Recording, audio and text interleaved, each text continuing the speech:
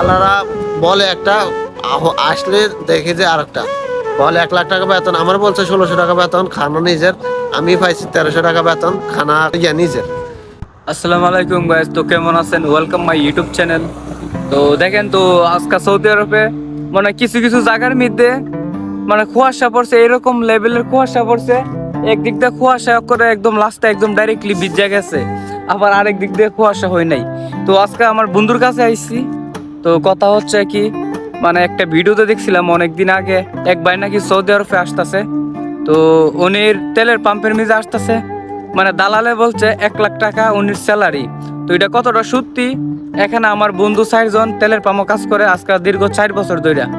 ঠিক আছে, ওরা কত টাকা পা তো এটা আজকে জানবো, তো সাথেই থাকুন।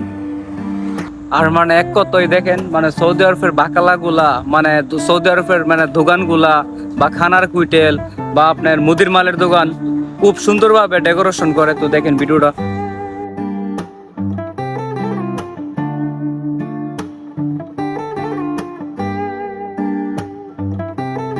তো এই অবস্থায় আর কি, তো বন্ধুর কাছে যাইতাছি, মানে বন্ধুর কাছে আইসা পড়ছি, মানে কত টাকা ইনকাম করে অবশ্যই মানে বন্ধুর কাছ থেকে এই খবরটা নিমু আর আপনাদেরকে জানাবো, বুঝছেন? সাথেই থাকেন কিন্তু।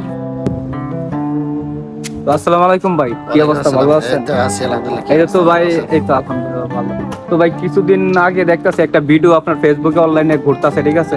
মানে তেলের পামের মিজে নাকি আপনার 1,00,000 টাকা মাসে বেতন, এটা কতটা সত্যি এটা আপনি একটু যদি বলতেন, ঠিক আছে? 1,00,000 টাকা? হ্যাঁ, ও ভাই, একটু লাউডে বললেন। হ্যাঁ, তেলের পাম্পের মধ্যে বেতন দেয় আপনার 1300 রিয়াল, বাংলাদেশের কত 40,000 টাকা। খাওয়া নিজের আমাদের। আজকে 4 বছর ধরে আছি, খাওয়া নিজে 40,000 টাকা থাকে। কত 30,000, 28,000, 25,000 এরকম থাকে, এত বেশি থাকে না। 1,00,000 টাকা যে দালালে বলছে, এই গাড়িতে তেল ভরে টান দিয়ে চলে যায়, ওই দালালে ওইসব জরিমানা কি ওই দিব? এই তো প্রতি মাসে যে 200-300 রিয়াল যে আমাদের কাটি দেয়, ওই জরিমানাটি দিব। মানুষের বিভ্রান্ত করার জন্য এইসব দালালে এইসব কথা বলে মানুষের আনে বাংলাদেশ থেকে। পরে দিই কাজে কামে কোনো দিক দিয়ে মিল পাওয়া যায় না, কোনো দিক দিয়ে মিল পাওয়া যায় না। শালারা বলে একটা, আসলে দেখে যে আর একটা বলে 1,00,000 টাকা বেতন, আমার বলছে 1600 টাকা বেতন, খানা নিজের। আমি পাইছি 1300 টাকা বেতন, খানা নিজের।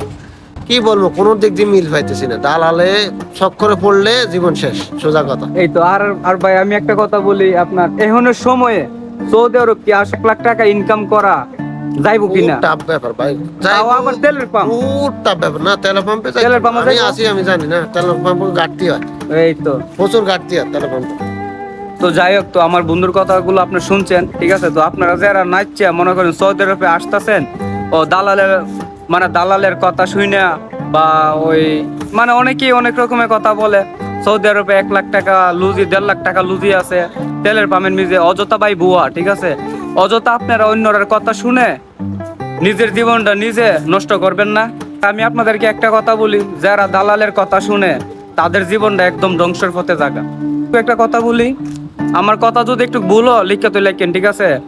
যারা দালালের ফান্দ করে আসবেন তার জীবনটা ধ্বংস হয়ে যাবে ডাইরেক্টলি, এই কথাটা লিখে তো লেখেন। তো সবাই ভালো থাকবেন, খোদা হাফেজ।